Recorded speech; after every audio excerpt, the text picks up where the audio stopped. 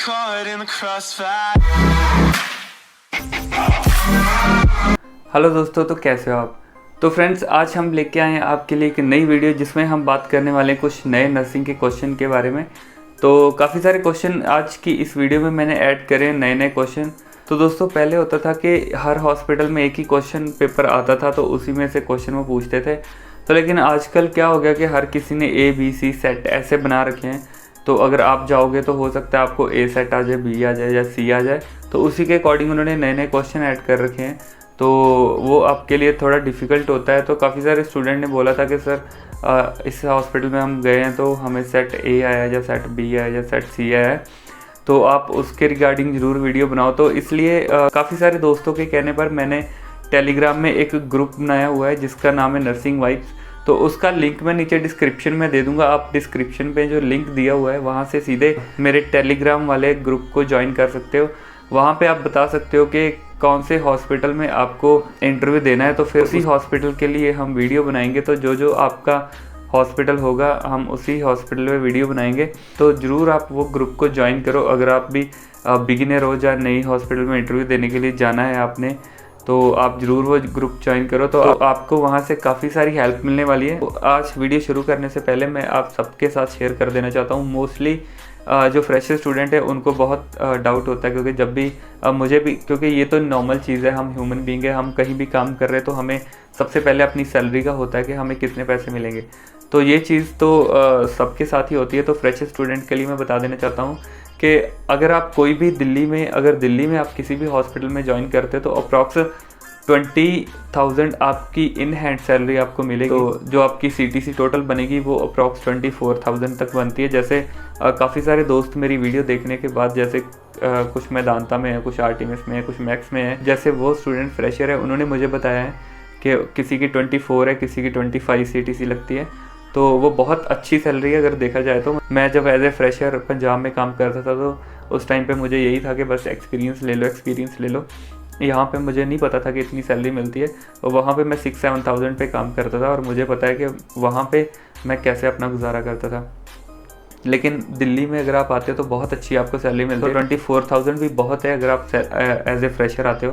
तो दिल्ली के बिना आप कहीं भी काम कर लो, आपको चाहे आप हरियाणा में काम कर रहे हो, यूपी में कर रहे हो, पंजाब में कर रहे हो या कहीं भी और कर रहे हो, आपको कहीं नहीं इतनी सैलरी मिलेगी जितनी आपको दिल्ली में सैलरी मिलती है। तो दोस्तों, एक चीज़ और है, कुछ मेरे दोस्त वहाँ पे जो मेदांता में काम कर रहे हैं तो मुझे पूछते हैं कि हमने उसको कैसे, हम उनको बोले कि हमें जो है PF वगैरह नहीं चाहिए, ESI नहीं चाहिए, हमें इन हैंड 24,000 चाहिए जो हमारी CTC है। तो दोस्तों, ये बात भी मैं आप सबके साथ क्लियर कर देना चाहता हूँ कि जो आपका PF कटता है वो आपके लिए बेनिफिशियल है, जो आपका ESI कटता है वो भी आपके लिए हेल्पफुल है। कल को भगवान ना करे हमें कुछ होता है, हमारी जो लाइफ है वो सिक्योर होती है, आपको हॉस्पिटल में कोई पैसा नहीं देना पड़ता, आपका सारा इलाज फ्री में हो जाता है। तो इसलिए जो ESI आप कटवाते हो वो आपके लिए बहुत अच्छी है। तो सेकंड जो चीज़ है वो हमारा PF, जो PF काटते हैं जिसको हम प्रोविडेंट फंड बोलते हैं। जैसे मेदांता में जैसे 17-1800 रुपीज़ आई थिंक काटते हैं PF का, तो वो भी बहुत अच्छा है। इसका फ़ायदा क्या है, अगर मान लो आप 2000 PF भी कहीं दे रहे हो तो वो आपके लिए बेनिफिट है उसका, क्योंकि आज आपने 2000 दे रहे हो तो मतलब एक साल अगर आपने वहाँ पे काम करा है तो आपने अप्रॉक्स उनको 24,000 दे दिया है। तो उसके बाद जब आप वहाँ से छोड़ोगे, मतलब आप अपना जो एक साल के बाद अगर आपने अपना PF निकलवाना है, हॉस्पिटल छोड़ दिया, अपनी PF निकलवाना है, तो उस टाइम पे जो आपका PF आपने 24,000 रुपीज़ उनको अपने से दिया है और आपको वो डबल करके देंगे, मतलब आप 48,000 लेने के लिए एलिजिबल होते हो। तो ये बहुत फ़ायदा है आपके लिए, क्योंकि हम सेविंग जो है वैसे नहीं कर सकते। अगर आज आप किसी हॉस्पिटल में 50,000 रुपये कमा रहे हो तो ये मैं गारंटी देता हूँ कि एक साल के बाद आपके पास जो सेविंग है वो 50,000 भी नहीं होगी। मतलब हमें खुद पता नहीं चलता कि हमारा जो पैसा है वो कहाँ जा रहा है। जैसे मैं खुद दिल्ली में 2-3 साल से काम कर रहा हूँ, लेकिन अभी तक मेरे पास मतलब कुछ भी सेविंग नहीं है। मुझे खुद नहीं पता कि जो मेरे पैसे वो कहाँ जा रहे हैं, किधर जा रहे हैं, और कोई हिसाब नहीं रहता है। तो इसलिए जो आपका PF है वो बहुत अच्छी चीज़ है, आपके जो पैसे वो सेव होते रहते हैं। तो इसलिए हमेशा आदत डालें कि आप पैसे सेव करो, और वो सबसे अच्छी चीज़ है। तो आज की वीडियो जो है उसमें कुछ क्वेश्चन मैंने नए ऐड करे 10 to 15। तो मे बी आपने अगर पहले इंटरव्यू दिया होगा तो आपको शायद ये क्वेश्चन ज़रूर देखने के लिए मिले होंगे। तो उन्हीं कुछ क्वेश्चन के बारे में आज हम बात करने जा रहे हैं जो कि फ्रीक्वेंट हॉस्पिटल की इंटरव्यू में पूछते ही रहते हैं। तो दोस्तों वीडियो को शुरू से एंड तक ज़रूर देखिएगा, क्योंकि काफ़ी सारे क्वेश्चन आपको नए मिलेंगे और आपकी काफ़ी सारी हेल्प भी होने वाली है। तो बिना किसी देरी के वीडियो शुरू करते हैं। वीडियो शुरू करने से पहले अगर आप मेरे चैनल पे फर्स्ट टाइम विजिट कर रहे हो तो चैनल को सब्सक्राइब जरूर कर देना। वीडियो अच्छी लगे तो वीडियो को लाइक और अपने दोस्तों के साथ शेयर जरूर करना, ताकि जो सबका बेनिफिट हो सके। तो दोस्तों आज की वीडियो शुरू करते हैं। Let's start the video. तो दोस्तों हमारा पहला जो क्वेश्चन है वो है रूमेटिक फीवर का कॉजेटिव ऑर्गेनिज्म कौन सा होता है। जो रूमेटिक फीवर का ऑर्गेनिज्म होता है तो वो होता है स्ट्रेप्टोकोकस पायोजन ग्रुप ए।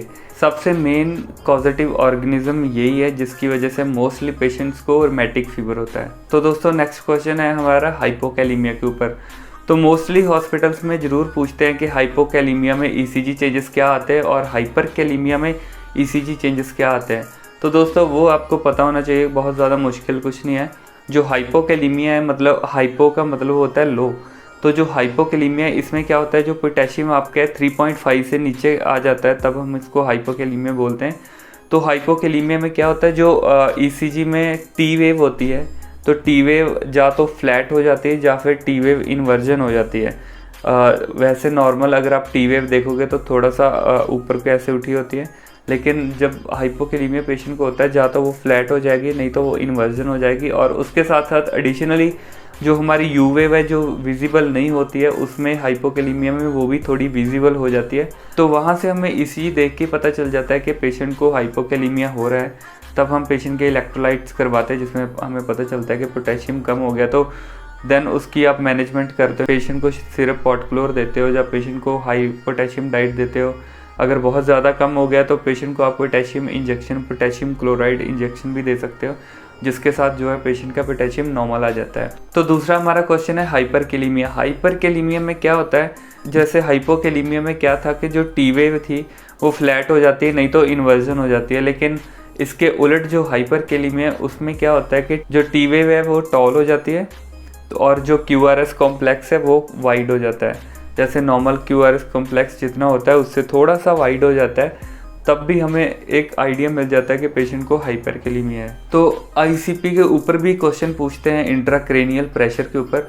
तो इंट्राक्रेनियल प्रेशर जो आपको पता ही है कि ये हमारे ब्रेन से रिलेटेड है। तो इसमें जो क्वेश्चन ऐसे आता है कि इंट्राक्रेनियल प्रेशर में कौन से सिम्टम पेशेंट को आएंगे, तो उसमें आपको अलग अलग दे देंगे कि पेशेंट को ब्रेडिकार्डिया होगा, या पेशेंट को हाइपरकैलीमिया होगा, या पेशेंट को ऐसा कुछ होगा, या पेशेंट को रेस्टलेस होगा, कॉन्शियसनेस कम हो जाएगी, या पेशेंट को कन्फ्यूज़न होगी। तो इसमें आपको पता होना चाहिए कि जो आईसीपी के सिम्टम है वो ब्रेन के रिलेटेड होते हैं। तो ब्रेन के रिलेटेड है, इसीलिए ये इसमें क्या होता है कि पेशेंट की जो अलर्टनेस है वो कम हो जाती है, पेशेंट ज़्यादा रेस्टलेस होता है, पेशेंट की कॉन्शियस लेवल भी कम होता है, पेशेंट को ज़्यादा कन्फ्यूज़न होती है।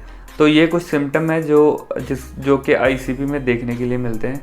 तो दोस्तों नेक्स्ट हमारा क्वेश्चन है डायबिटिक मेलाइटस और डायबिटिक इंसिपिडिस। तो ये दोनों जो है, ये दोनों टर्म जो है बहुत कंफ्यूज करती है। डायबिटीज़ मेलाइटस का हमको पता ही है कि डायबिटीज़ जो होती है, जो हमारी बॉडी है वो इनफ इंसुलिन प्रोड्यूस नहीं कर पाती, जिसकी वजह से पेशेंट को हाइपर ग्लाइसीमिया होता है और पेशेंट की शुगर जो है बहुत ज़्यादा बढ़ जाती है। तो दूसरी जो टर्म है वो होती है डायबिटीज इंसिपिडिस। ये बहुत ही एक रेयर कंडीशन है। ये एक, इसमें क्या होता है कि जो किडनी है अनेबल टू रिटेन वाटर, जो किडनी है वो अपने जो जितना भी वाटर है उसको रिटेन नहीं कर पाती है, जिसकी वजह से क्या होता है कि हमारे सॉल्ट एंड वाटर में इम्बैलेंस आ जाता है, जितने भी इलेक्ट्रोलाइट्स हमारे उसमें इम्बैलेंस आ जाता है। इसके साथ क्या होगा, अगर बहुत ज़्यादा पानी हमारी बॉडी में से निकलेगा तो ऑब्वियसली उसके साथ आपको इंक्रीज थर्स्ट, आपकी जो थर्स्ट है वो और ज़्यादा इंक्रीज होगी, आप और ज़्यादा पानी पियोगे और आपको और ज़्यादा यूरिन आएगा। तो ये सब सिम्टम आते हैं इस डायबिटीज़ इंसिपिडिस में। तो दोस्तों अगर हम इसके कॉज की बात करें तो इसमें एक केमिकल लोचा होता है। जो वो केमिकल लोचा क्या है उसके बारे में भी हम पढ़ लेते हैं। दोस्तों ये प्रॉब्लम मेन होती है हमारे बॉडी में जो वैसोप्रेसिन होता है, जिसको हम एंटी डायूरेटिक हार्मोन भी बोलते हैं, उसकी वजह से ही होता है। तो दोस्तों जो एंटी डायूरेटिक हार्मोन होता है एक्चुअली में उसका काम क्या होता है कि जब भी हमारी बॉडी में वाटर का अमाउंट कम हो जाता है तो तब क्या होता है कि जो हमारा पिट्यूटरी ग्लैंड है से एक एंटी डायूरेटिक हार्मोन जो रिलीज होता है, तो उसके साथ क्या होता है कि जो हमारी किडनी है वो जितना भी पानी है उसको रिटेन करती है, तो उसको एक्सक्रीट कम करती है। तो दोस्तों डायूरेटिक आपको पता है, जब भी हम पेशेंट को डायूरेटिक देते हैं तो पेशेंट को बहुत ज़्यादा हैवी यूरिनेशन होती है, तो पूरी बॉडी का जितना भी पानी अगर पेशेंट LVF यानी कि लेफ्ट वेंट्रिकुलर फेलियर के साथ आपके पास आया है, उस टाइम पे आप पेशेंट को डायूरेटिक देते हो कि जितना भी बॉडी का एक्स्ट्रा फ्लूइड एक्स्ट्रा पानी है वो सारा बाहर निकल जाए। तो जो एंटी डायूरेटिक हार्मोन है वो इसके उलट काम करता है डायूरेटिक के। डायूरेटिक जो है वो सारा जो बॉडी का फ्लूइड है वो बाहर निकालता है, लेकिन जो एंटी डायूरेटिक हार्मोन है वो उसके उलट काम करता है, वो सारा जो बॉडी में फ्लूइड है उसको रिटेन करता है, किडनी के थ्रू बाहर जाने से रोकता है।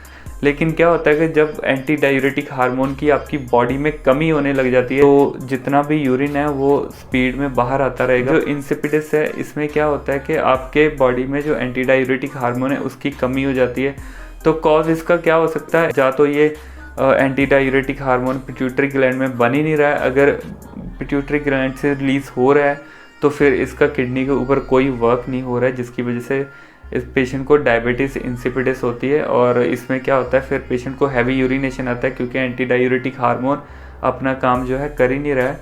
तो आप जितना पानी पियोगे सब निकलता जाएगा, तब आपकी बॉडी में जो है पूरा इलेक्ट्रोलाइट का इम्बैलेंस हो जाता है, जिसकी वजह से काफ़ी सारी कॉम्प्लिकेशन फेस करनी पड़ती है पेशेंट को। तो यही मेन क्वेश्चन आता है कि डायबिटीज़ इंसिपिडस किस चीज़ की वजह से होता है, तो वो आपको पता होना चाहिए कि इसमें जो है मेन केमिकल होता है वो है एंटी डायूरेटिक हार्मोन का, जिसको हम वैसोप्रेसिन बोलते हैं। तो इसी की वजह से ये प्रॉब्लम जो है कॉज होती है। दोस्तों नेक्स्ट हमारा क्वेश्चन है कि ग्रीन हेलो लाइट जो हमारी आईज में दिखती है वो किस चीज़ की टॉक्सिसिटी की वजह से दिखती है। तो ऑप्शन आपको अलग अलग मिल जाएंगे, जो इसका राइट आंसर होता है वो होता है डाइजॉक्सिन टॉक्सिसिटी। जब भी हमारी बॉडी में डाइजॉक्सिन टॉक्सिसिटी होती है, जो हमारी आईज है इसके अराउंड हमें ग्रीन हेलो लाइट्स देखने के लिए मिलती है, जो कि डाइजॉक्सिन की टॉक्सिसिटी से होती है।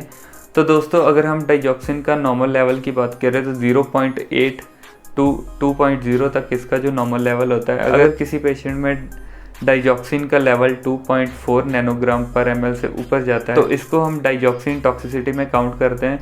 तो 2.4 से ऊपर जाने के बाद आपको पेशेंट की आइज के around green hello lights show होगी, तो जिससे आप पता लगा सकते हो कि पेशेंट को जो है डाइजॉक्सिन टॉक्सिसिटी हुई है। तो दोस्तों नेक्स्ट हमारा क्वेश्चन है कि अगर किसी पेशेंट को अंजाइना हो रहा है, अंजाइना पेक्टोरिस जिसको हम चेस्ट पेन बोलते हैं या अनस्टेबल अंजाइना भी बोलते हैं, तो ऐसे वाला पेशेंट अगर आपके पास आया है तो आपके पास ट्रीटमेंट करवाने के बाद पेशेंट डिस्चार्ज हो रहा है, तो घर जाते टाइम आपने पेशेंट को, आपको डॉक्टर ने बोला है कि पेशेंट को NTG टैबलेट जिसको हम नाइट्रोग्लिसरीन बोलते हैं, जो कि फर्स्ट चॉइस होती है अंजाइना के लिए, तो उसके बारे में आपको पेशेंट को बताना है कि कैसे इसको लेना है। तो आपको हॉस्पिटल में जो क्वेश्चन आता है वो ऐसे आता है कि अगर आपका कोई पेशेंट डिस्चार्ज हो रहा है विद NTG टैबलेट, तो आपने उसको कैसे पेशेंट को बताना है कि NTG कैसे लेनी है। तो ऑप्शन आपको मिल जाएंगी कि पेशेंट को 1 टैबलेट लेनी है, नहीं हुआ तो हॉस्पिटल आना है, 2 टैबलेट लेनी है, नहीं सही हुआ तो हॉस्पिटल आना है, 3 टैबलेट लेनी है, नहीं हुआ तो हॉस्पिटल आना है, जब उसका एक सही तरीका लिखा होगा। तो जो डोज को लेने का जो सही तरीका है वो ऐसे है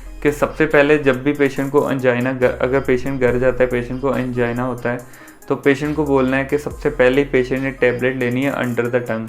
तो अगर पेन जो है सबसाइड होती है तो ठीक है, अगर नहीं होती तो 5 मिनट्स के बाद सेकंड वाली टैबलेट लेनी है। अगर फिर भी पेशेंट को पेन रिलीव नहीं होती तो 5 के बाद नेक्स्ट थर्ड वाली टैबलेट लेनी है अंडर द टंग।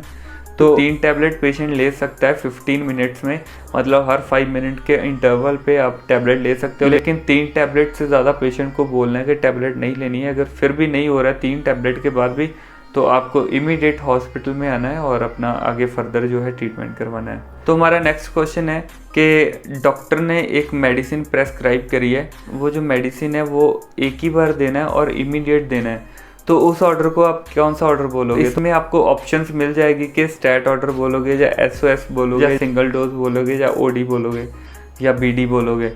तो ये आपको पता होना चाहिए कि कौन सी डोज को हम क्या बोलते हैं। जैसे OD डोज होती है उसको 1 a day लेनी है, BD है तो उसको 2 a day लेनी है, अगर TDS लिखा है तो 3 a day लेनी है। तो ये क्वेश्चन का जो राइट आंसर है वो है स्टैट ऑर्डर। स्टैट जो ऑर्डर होता है वो हमें इमीडिएट एक्शन, अगर आप ICU में हो तो विदिन 5 मिनट्स उसके ऊपर एक्शन लेना होता है। जो भी आपको इंजेक्शन या कोई भी स्टैट मेडिसिन लिखी है तो वो आपको विदिन 5 मिनट्स पेशेंट को देनी है और एक ही बार देनी होती है। तो अगर SOS है तो उसका भी हमें पता है, अगर पेशेंट को ज़रूरत हो तो ही लेना है। जैसे सिम्टोमेटिक ट्रीटमेंट हम बोलते हैं कि अगर किसी पेशेंट को हमने डोलो टैबलेट या परफालगन या PCM जो भी हम दे रहे हैं, तो उसके आगे मोस्टली डॉक्टर SOS या MSET के आगे SOS लिख देते हैं। तो इसीलिए लिखते हैं क्योंकि जब पेशेंट को ज़रूरत है तभी लेनी है। अगर पेशेंट को फीवर नहीं है, ये नहीं है कि फिर भी पेशेंट को आप डेली देते रहो। SOS का मतलब यही है कि जब भी पेशेंट को ज़रूरत है तो ही देनी है, कोई सिम्टम आ रहा है तो देनी है। पेशेंट को वॉमिटिंग आ रही है तो MSET देना है, नहीं तो नहीं देना है। नेक्स्ट हमारा क्वेश्चन है, good characteristic of the veins for IV cannula. Cannula लगाने के लिए कौन सी कैरेक्टरिस्टिक होनी चाहिए वेन की, जो हम देखते हैं। तो दोस्तों हम सबको पता है कि जब भी हमने कैनुला लगाना है तो हम सबसे पहले देखते हैं कि जो हमारी वेन है वो विजिबल होनी चाहिए। जैसे मेरी तो ये बहुत विजिबल है, तो वेन जो है विजिबल होनी चाहिए। तो सेकंड चीज़ हम देखते हैं कि वेन पाल्पेबल होनी चाहिए। थर्ड चीज़ हम देखते हैं कि जो हमारी वेन है वो जॉइंट के ऊपर ना हो, ताकि पेशेंट को भी दिक्कत नहीं होगी और हमें भी कैनुला बार बार चेंज नहीं करना पड़ेगा। जब भी हमने कैनुला लगाना है हमेशा हमने यही ट्राई करना है कि हम बॉटम से शुरू करेंगे, क्योंकि यहाँ वाली सब वेन को ख़राब करने के बाद हम ऊपर को आएंगे। अगर आप पहले ही ऊपर यहाँ पे बेसिलिक वेन में या स्फेलिक वेन में पहले ही कैनुला लगा दोगे तो फिर उसके बाद आप वो वेन पूरी नीचे तक ख़राब हो जाएगी, तो आप नीचे ट्राई नहीं कर सकते। तो हमेशा कोशिश करना है कि हम हमेशा बॉटम से शुरू करते हैं, नीचे से शुरू करते हैं। मतलब आपको हमेशा मेटाकार्पल से शुरू करना है और यहाँ से लगाते लगाते ऊपर को जाते हैं। तो नेक्स्ट हमारा क्वेश्चन है कि जब भी किसी पेशेंट को सांस लेने में दिक्कत होती है तो उस कंडीशन को हम क्या बोलते हैं। तो ऑप्शंस आपको मिल जाएगी, डिज़निया बोलते हो, डिस्फेजिया बोलते हो, डिस्पेप्सिया बोलते हो या डिस्फोनिया बोलते हो। तो आपको पता होना चाहिए कि इसको हम क्या बोलते हैं। हमारा जो आंसर है वो है डिज़निया, जो कि हम डिफ़िकल्टी इन ब्रीदिंग जब पेशेंट को होती है तो उस कंडीशन को हम बोलते हैं डिज़निया। डिस्फेजिया को हम बोलते हैं कि डिफ़िकल्टी इन स्वॉलोइंग, किसी पेशेंट से कोई भी चीज़ फॉलो नहीं होती तो उस कंडीशन को हम डिस्फेजिया बोलते हैं। तो अगर डिस्पेप्सिया की बात करें तो डिस्पेप्सिया जो कंडीशन है वो हम तब बोलते हैं जब पेशेंट को इनडाइजेशन होता है, मतलब पेशेंट के जो अपर अब्डोमेन है उसमें पेन होती है या डिस्कम्फर्ट होता है, तो उसको हम बोलते हैं डिस्पेप्सिया। तो फोर्थ जो हमारा है डिस्फोनिया। डिस्फोनिया हम तब बोलते हैं जब किसी पेशेंट को बोलने में दिक्कत होती है, जहाँ अपनी वॉइस में दिक्कत होती है बिना किसी अनाटमिकल चेंजेस के, मतलब उसका लेरिंग सब ठीक है, ट्रिकिया ठीक है, सब कुछ अनाटमिकल, मतलब उसमें कोई चेंजेस नहीं है, फिर भी पेशेंट को जो बोलने में दिक्कत हो तो उस चीज़ को हम बोलते हैं डिस्फोनिया। तो दोस्तों आज के लिए बस इतना ही। आई होप कि आज की वीडियो आपके लिए काफ़ी हेल्पफुल रहेगी। तो दोस्तों आप मुझे इंस्टाग्राम पे भी फॉलो कर सकते हो किसी क्वेरी के लिए, नहीं तो आप नीचे जो टेलीग्राम का लिंक दिया हुआ है वहाँ पे जाके, अगर आपको किसी हॉस्पिटल में इंटरव्यू देने के लिए स्पेशल आपको वीडियो चाहिए या स्पेशल आपको क्वेश्चन चाहिए तो वो भी आप मुझे टेलीग्राम पे बता सकते हो। उसके लिए भी मैं आपको PDF शेयर कर सकता हूँ। तो ज़रूर आप मेरे टेलीग्राम वाले ग्रुप को ज्वाइन करना, तो मे भी आपको काफ़ी सारी हेल्प मिल जाए वहाँ से। तो दोस्तों वीडियो अच्छी लगे तो वीडियो को लाइक ज़रूर करना, अपने दोस्तों के साथ शेयर करना ताकि सबका बेनिफिट हो सके। तो दोस्तों मिलते हैं हम बहुत जल्दी नई वीडियो के साथ, तब तक के लिए बाय बाय।